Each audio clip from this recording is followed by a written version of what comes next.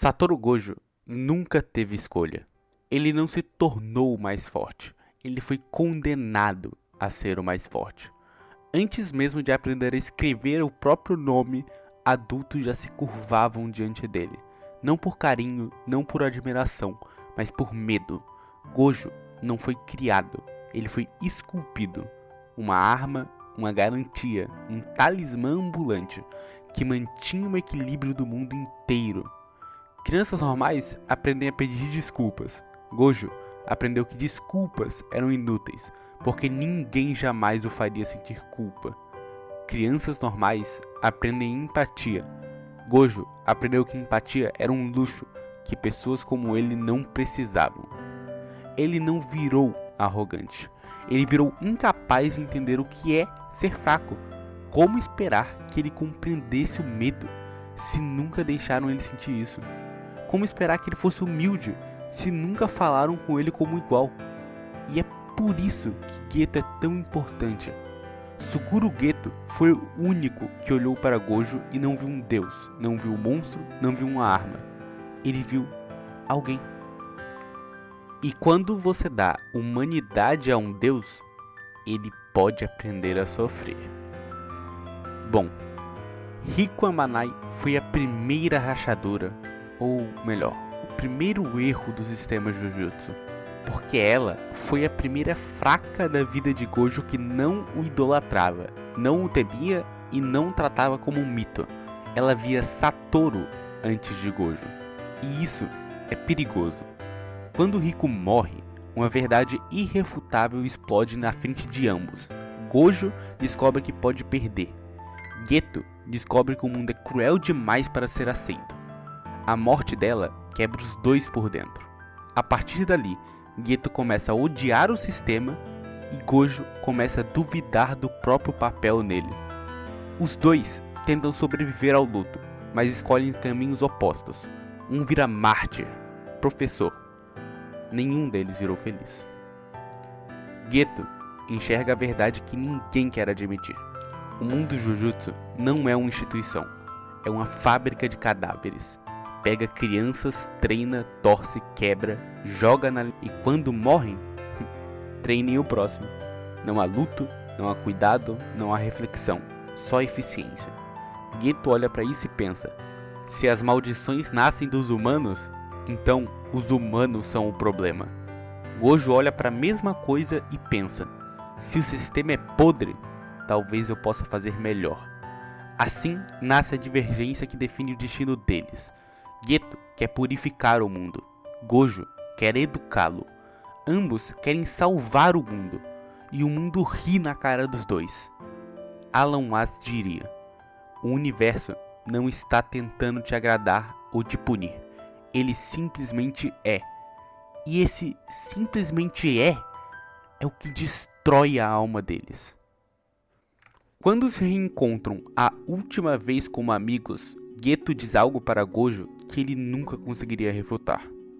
Meu plano é impossível, porque se fosse você, meus ideais tolos seriam sensatos. E ele está certo. Se Gojo quisesse, ele purificaria metade do país antes do almoço. E ainda teria tempo para pagar uma sobremesa no caminho para casa. Mas Gojo olha para Geto e não vê um inimigo. Ele vê o futuro que ele mesmo poderia ter tido se tivesse dobrado para o ódio. Ele vê a versão dele caso deixasse de lado a humanidade que Geto deu a ele um dia. E é por isso que Gojo não destruiu o sistema. Ele podia, mas não quis. Porque se destruísse, ele viraria exatamente aquilo que matou o próprio melhor amigo. Um tirano que acredita que sabe o que é melhor para o mundo. Então, ele escolhe o caminho impossível para alguém como ele. Ele vira professor. A função mais humana que um deus poderia escolher.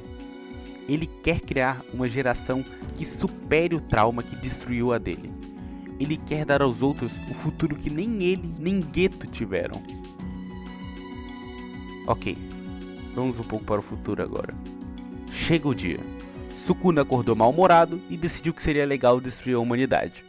Gojo precisa enfrentá-lo. E pela primeira vez desde criança, ele sente dúvida. E quando o mais forte duvida, ele começa a pensar inevitavelmente: e se eu morrer amanhã? E aí ele toma uma decisão que muda tudo. Ele mata os anciões, algo que ele jurou que não faria. Tem a explicação comum: ele queria proteger os seus alunos caso morresse. Sim, claro, isso também. Mas a verdade é mais profunda. Gojo percebe que educar não basta, que uma geração melhor não impede que o mundo volte a estragar daqui 50 anos, que toda ideologia cansa, todo sistema corrompe, todo poder apodrece.